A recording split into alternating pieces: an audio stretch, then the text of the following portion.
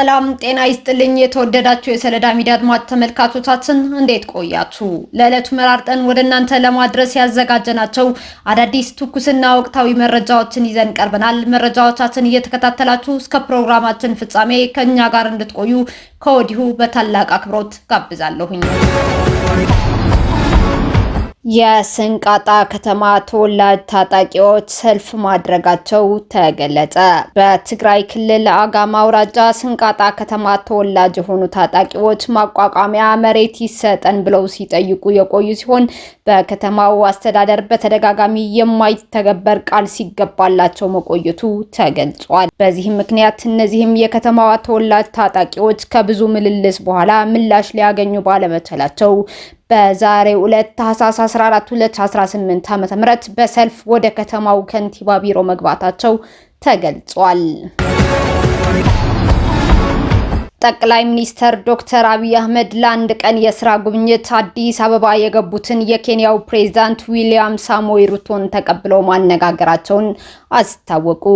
ጠቅላይ ሚኒስትር ዶክተር አብይ አህመድ የፕሬዝዳንቱን ጉብኝት አስመልክተው ባስተላለፉት መልእክት ዛሬ የኬንያው ፕሬዝዳንት ዊሊያም ሳሞይ ሩቶን ለአንድ ቀን የስራ ጉብኝት ተቀብያለሁ። ጉብኝቱ በሁለቱ ሀገሮቻችን መካከል ያለውን ጥልቅ ታሪካዊና ወንድማዊ ግንኙነት የሚያንጸባርቅ ነው ብለዋል። ጠቅላይ ሚኒስትሩ አክለውም ከዊሊያም ጋር ባደረጉት ውይይት የሁለቱን ሀገራት ግንኙነት ይበልጥ ማጠናከር በሚቻልባቸው ሁኔታዎች እንዲሁም በአፍሪካ ቀንድ ሰላምና ጸጥታ ዙሪያ ሀሳብ መለዋወጣቸውን ገልጸዋል።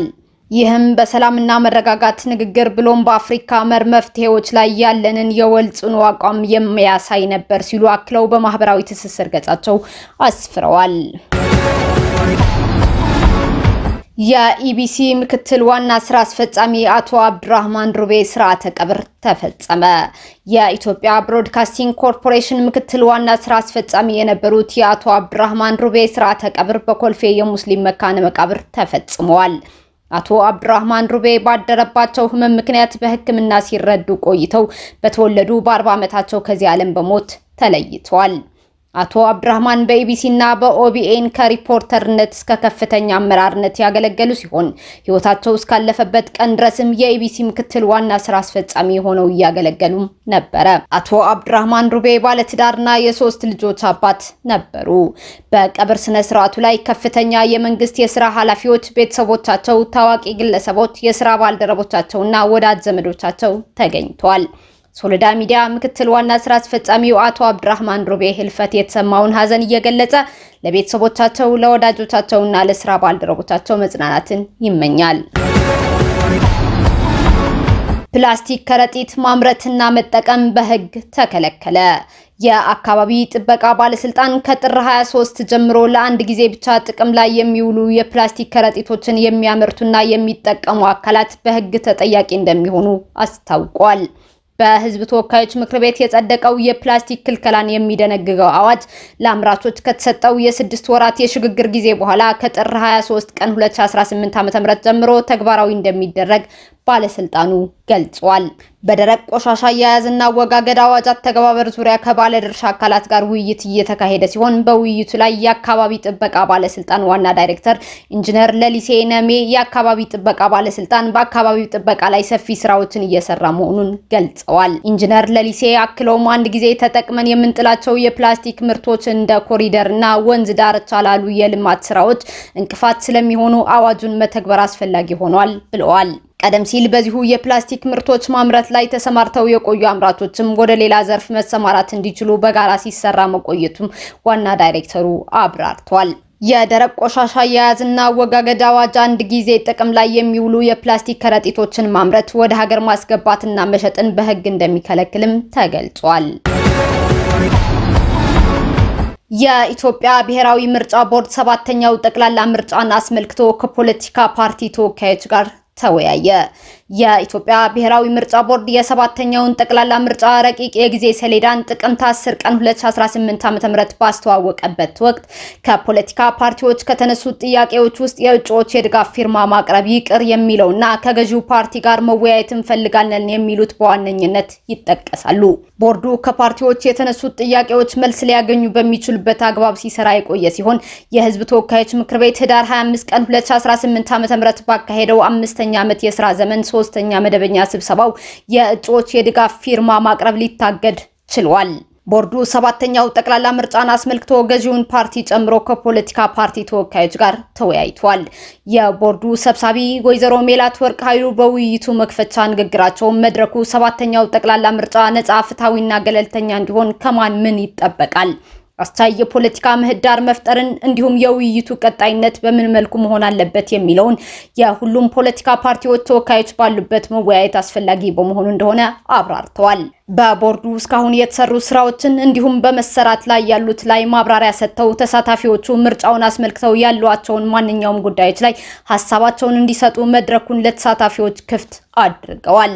የመክፈቻ ንግግሩን ተከትሎ ተሳታፊ ፖለቲካ ፓርቲዎቹ የእጩ ድጋፍ ፊርማ ማቅረብ መታገድንና የመድረኩ መዘጋጀትን አስመልክቶ ለቦርድ ያላቸውን አድናቆት ገልጸው ምርጫውን አስመልክቶ መሟላት አለባቸው ያሏቸውን ሁኔታዎች፣ አስቻይ ሁኔታና የውይይቱ ቀጣይነትን ጨምሮ በርካታ ጉዳዮች ላይ ተሳታፊ ፖለቲካ ፓርቲዎቹ ያሏቸውን አስተያየቶችና ጥያቄዎችን አጋርቷል። ወይዘሮ ሜላትወርቅ በውይይቱ ማጠቃለያ ንግግራቸው ፓርቲዎቹ ለሰጡት አስተያየትና ላቀረቡት ጥያቄዎች አመስግነው የጸጥታ አስቻይ ሁኔታን በተመለከተ ሌሎች ምርጫውን የተመለከቱ ጉዳዮችን አስመልክቶ የሚኖሩ የምክክርና የውይይት መድረኮች ቀጣይነት ያላቸው እንደሚሆኑ ተናግረዋል። የአስፈጻሚዎችን ገለልተኝነት አስመልክቶ ለተነሳው ጥያቄ ቦርዱ ዝርዝራቸውን ለፖለቲካ ፓርቲዎቹ መላኩን አስታውሰው በገለልተኝነቱ ላይ ጥያቄ ያላቸው አስፈጻሚ ካገኙ ዝርዝሩን እንዲልኩ ቦርዱ በመጠበቅ ላይ መሆኑን፣ በተመሳሳይ መልኩ ለፓርቲዎቹ በጀት ለማከፋፈልም ፓርቲዎቹ ሰነድ እንዲያቀርቡለት በመጠበቅ ላይ መሆኑን ገልጸዋል። ተሳታፊዎቹ ያነሱት ሌላኛው ጥያቄ በትግራይ ክልል ምርጫ ይካሄዳል ወይ የሚለውን ሲሆን ወይዘሮ ሜላትወርቅ በምላሹ ቦርዱ በሌሎች ክልሎች እንደሚያደርገው በትግራይ ክልልም ምርጫ ለማድረግ ዝግጅት እያደረገ መሆኑን፣ ባሳለፍነው ሳምንትም ከትግራይ ክልል ጊዜያዊ አስተዳደር ጋር በትግራይ ክልል ምርጫ ስለሚካሄድበት ሁኔታ እንደተወያዩና ቦርዱም ውይይቱን ተከትሎ ጥሩ ውጤት እንደሚጠብቅ ተናግረዋል።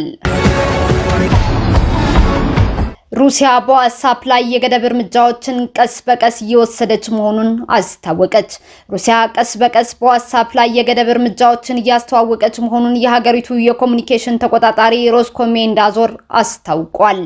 የሮስኮሜንዳዞር የፕሬስ አገልግሎት መግለጫን በመጥቀስ አርቢኬ ዜና ማሰራጫ እንዳስታወቀው ዋትስአፕ የሩሲያን ሕግ መጣሱን ቀጥሏል ሲልም ዘግቧል። ከዚህ አንጻር ቀስ በቀስ በዋትስአፕ ላይ ገዳቢ እርምጃዎችን እየተተገበረም ይገኛል። ይህንኑ ተከትሎ የዋትስአፕ ጥሪዎች ቀስ በቀስ ማሽቆልቆል የጀመረው በነሐሴ ወር ላይ ነው ተብሏል። በመገናኛ ብዙሃን እንደዘገበው ተጠቃሚዎች ወደ ሌሎች የመልእክት መላላኪያ መተግበሪያዎች እንዲቀይሩ ለማስቻል ቀስ በቀስ እገዳው እየተጀመረ ነው ተብሏል። ቀደም ሲል ሰኞ ዕለት በዋትስአፕ ላይ ወደ 1600 የሚጠጉ ቅሬታዎች በ24 ሰዓታት ውስጥ ቀርበዋል። ተጠቃሚዎች በመተግበሪያው ላይ መቆራረጦችን፣ መልእክቶችን የመላክ ችግሮችና የመተግበሪያውና የድር ጣቢያው ያልተረጋጋ አሰራር ሪፖርትም አድርገዋል።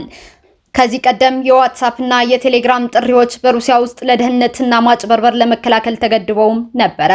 በህዳር ወር መገበዳጃ ላይ ሮስኮሜንዳዞር ዋትስአፕ የሩሲያ ሕግን የማያከብር ከሆነ ሙሉ በሙሉ እንደሚታገድ አስጠንቅቋል። እስካሁን አብራችሁን ከኛ ጋር ስለነበራችሁ እያመሰገንኩኝ በሌሎች መረጃዎች እስክንመለስ እንደተለመደው የሶለዳ ሚዲያ ቤተሰብ በመሆን ላይክ፣ ሼር፣ ሰብስክራይብ ማድረጋችሁን አትርሱ። አዳዲስ ትኩስና ወቅታዊ መረጃዎቻችን በቶሎ እንዲደርሷችሁ የደወል ምልክቷን ይጫኑ። ስኬት፣ ድልና ሰላም ለኢትዮጵያውያን። ሶለዳ ሚዲያ